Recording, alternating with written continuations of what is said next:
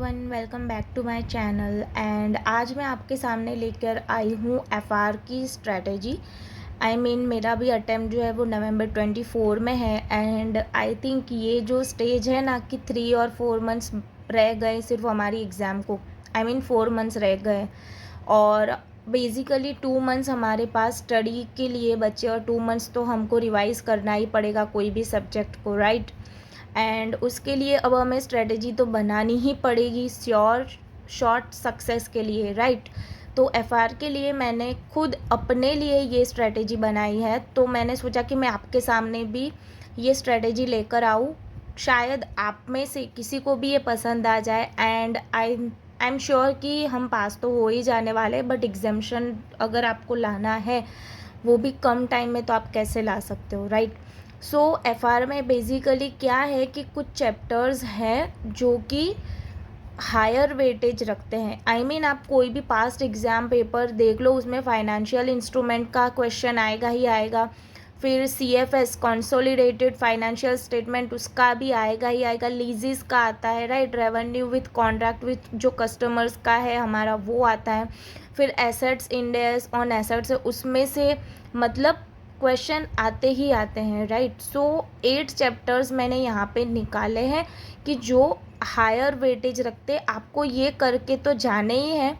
बाकी जो rest of all chapters हैं उसमें से आप एक स्किप कर सकते हो, या फिर अगर आपको लगता है कि आपको थियरी चैप्टर्स नहीं करने हैं, राइट। जो कि लास्ट के हमारे जो 2 चैप्टर्स है IT related and ethics related, अगर आपको लगता है कि आपको थियरी में मज़ा नहीं आता है या फिर आपको चलेगा उतने मार्क्स आपको नहीं आएंगे, तो अगर आपको रिस्क लेना है तो आप छोड़ सकते हो। या फिर आप क्या कर सकते हो कि थियरी को 1-2 बार आप लोग जो है वो थियरी को मतलब 1-2 बार आप रीड कर लो एंड देन ओके, आपको जो भी दिमाग में रहेगा आप जाके लिख के तो आ सकते हो ना फ्रेंड्स, तो आप वो कर सकते हो। एंड बस ये मैंने स्ट्रेटेजी बनाई है। जैसे कि आप देख सकते हो कि 8 चैप्टर्स मैंने निकाले। फाइनेंशियल इंस्ट्रूमेंट हो गया, बिजनेस कॉम्बिनेशंस हो गया, एंड CFS हो गया, राइट।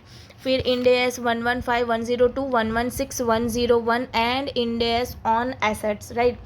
एंड देन हमारे पास है रेस्ट ऑफ ऑल चैप्टर्स, तो यहाँ पे आप स्किप कर सकते हो 1 और 2 चैप्टर। तो basically it's depend upon you, right, कि आप जो है वो कितना मतलब कि कितना रिस्क लेना चाहते हो, राइट। अगर आप ज़्यादा रिस्क लेना चाहते हो तो आप 2 और 3 चैप्टर्स भी जो है वो स्किप कर सकते हो, बट ICAI का कोई भरोसा नहीं है।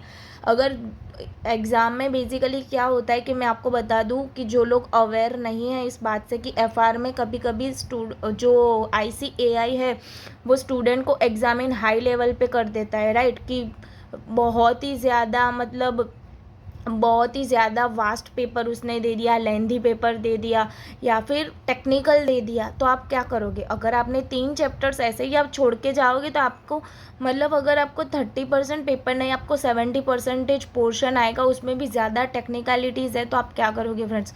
बेसिकली एफआर में लेंथी पेपर आता है, टेक्निकल नहीं आता है। टेक्निकल पेपर ऑडिट में आता है, राइट। जो मैंने देखा है, मैंने सारे रिव्यूज़ देखे हैं सर के एंड ऑल। एंड अगर आप मुझे सर बोलोगे कि मैं किस फैकल्टी को फॉलो करती हूँ एफआर के लिए, तो मैं CA आकाश कंदोई को फॉलो करती हूँ। एंड आप ब्लाइंडली उनके ऊपर ट्रस्ट करके जा सकते हो। मैंने तो देखा है उनके सारे वीडियोस में, रिवीजन लेक्चर्स भी जब भी मैं रिवाइज़ करती हूँ ना एफआर, उन्हीं के लेक्चर से मैं रिवाइज़ करती हूँ, तो मैं उनको सजेस्ट करूँगी। एंड बस ये थी मेरी स्ट्रेटेजी। अगर आपको प्लीज़ मेरा ये वीडियो पसंद आए तो लाइक कीजिए, शेयर कीजिए एंड प्लीज़ सब्सक्राइब कीजिए। बहुत सारे लोग ऐसे हैं जो सिर्फ वीडियोज़ देखते हैं और सब्सक्राइब नहीं करते, तो मुझे भी मोटिवेशन मिलता है ना कि चलो इतने सब्सक्राइबर्स हो गए हैं तो चलो और आगे मैं वीडियो बनाऊँ। So thank you so much. मिलते हैं नेक्स्ट वीडियो में, तब तक के लिए बाय।